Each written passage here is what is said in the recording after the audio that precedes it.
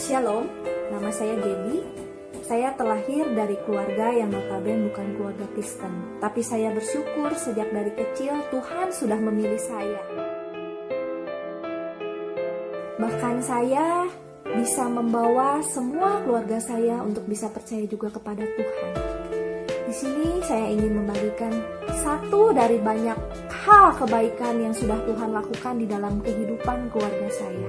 Kejadian ini terjadi pada bulan Maret 2020, di mana saat itu saya mendapat kabar kalau adik saya harus masuk ke rumah sakit. Saat itu adalah saat di mana COVID sedang mulai melanda Indonesia. Saya takut saat itu. Saya takut adik saya kena COVID. Pada saat saya infokan kalau adik saya masuk rumah sakit, saya hanya bisa berdoa sama Tuhan, minta kedamaian, minta ketenangan, dan saya bersyukur kalau adik saya memang bukan kena COVID. Tetapi saya juga kaget pada saat dokter memvonis ternyata adik saya punya penyakit lain. Adik saya didiagnosa mengalami penyakit meningitis atau tumor otak. Saya bersyukur saat itu waktu saya mendapat vonis dokter, saya hanya bisa berteriak sama Tuhan, Tuhan, apa yang harus saya lakukan? Dan saya bersyukur Tuhan menenangkan saya untuk saya bisa tetap tenang, dan saya juga bisa merawat adik saya, dan saya juga bisa menguatkan dia. Dan saat itu yang bisa kami lakukan hanyalah berdoa kepada Tuhan. Saat itu kondisi adik saya benar-benar drop. Dia benar-benar gak bisa melakukan aktivitas apapun selain terbaring di rumah sakit. Tetapi saya bersyukur setiap kejadian demi kejadian Tuhan selalu ada menyertai kami dan juga adik kami. Saya bersyukur kalau mujizat Tuhan itu masih nyata sampai saat ini, di mana proses pemulihan adik saya terjadi sehari demi sehari, sebulan demi sebulan, dan saat ini adik saya sudah bisa melakukan aktivitas kembali walaupun saat ini masih dalam pengobatan. Tetapi saya percaya kalau suatu hari nanti adik saya pasti akan disembuhkan secara sempurna oleh Tuhan. Demikianlah kesaksian saya, biarlah ini bisa menjadi berkat buat banyak orang. Shalom.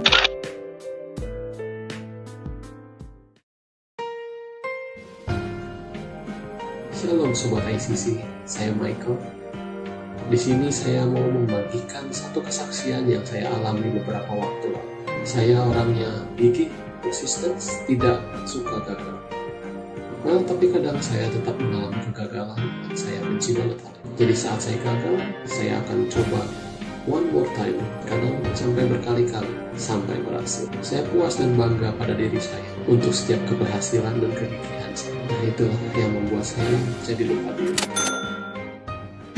Suatu ketika ada satu kasus di kantor, dengan mantapnya saya bilang kepada para atasan di kantor, saya bisa kerjain ini semua all by myself. But later on, Tuhan izinkan saya jatuh, tersandung, dan gagal. Apa yang saya pikir bisa pakai cara ini dan itu ternyata meleset.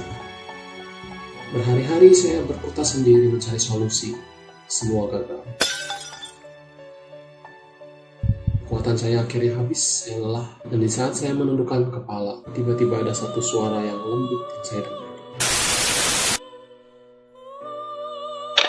Nah, di situ saya tersadar.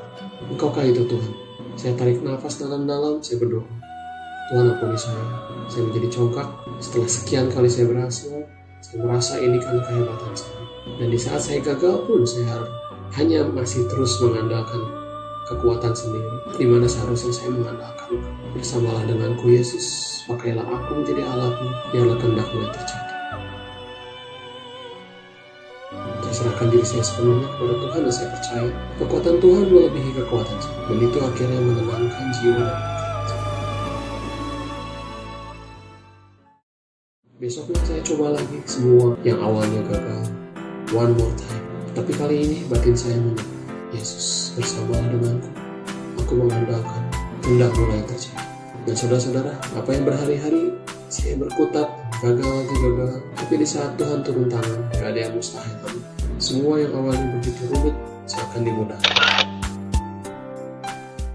After meeting, setelah saya analisa lagi, ternyata sebenarnya dari awal semua itu udah benar. Tapi mungkin karena saya over pede, apa yang harusnya ini jadi ini. Percaya nggak percaya, satu hal yang pasti, Tuhan mengasihi kita, Tuhan dengar doa kita, dan Tuhan minta kita selalu mengandalkan Dia. Tukeran Tuhan bisa keras, bisa lembut, bisa lewat orang lain, bisa lewat kesalahan kita. Dan di situ saya disadarkan untuk selalu bergantung kepada Tuhan setiap waktu. Libatkan Tuhan di setiap perkara, bukan diri sendiri yang akibatnya menjadikan kita sombong dan sombong. Sekian kesaksian singkat saya, semoga bisa menjadi perenungan kita semua.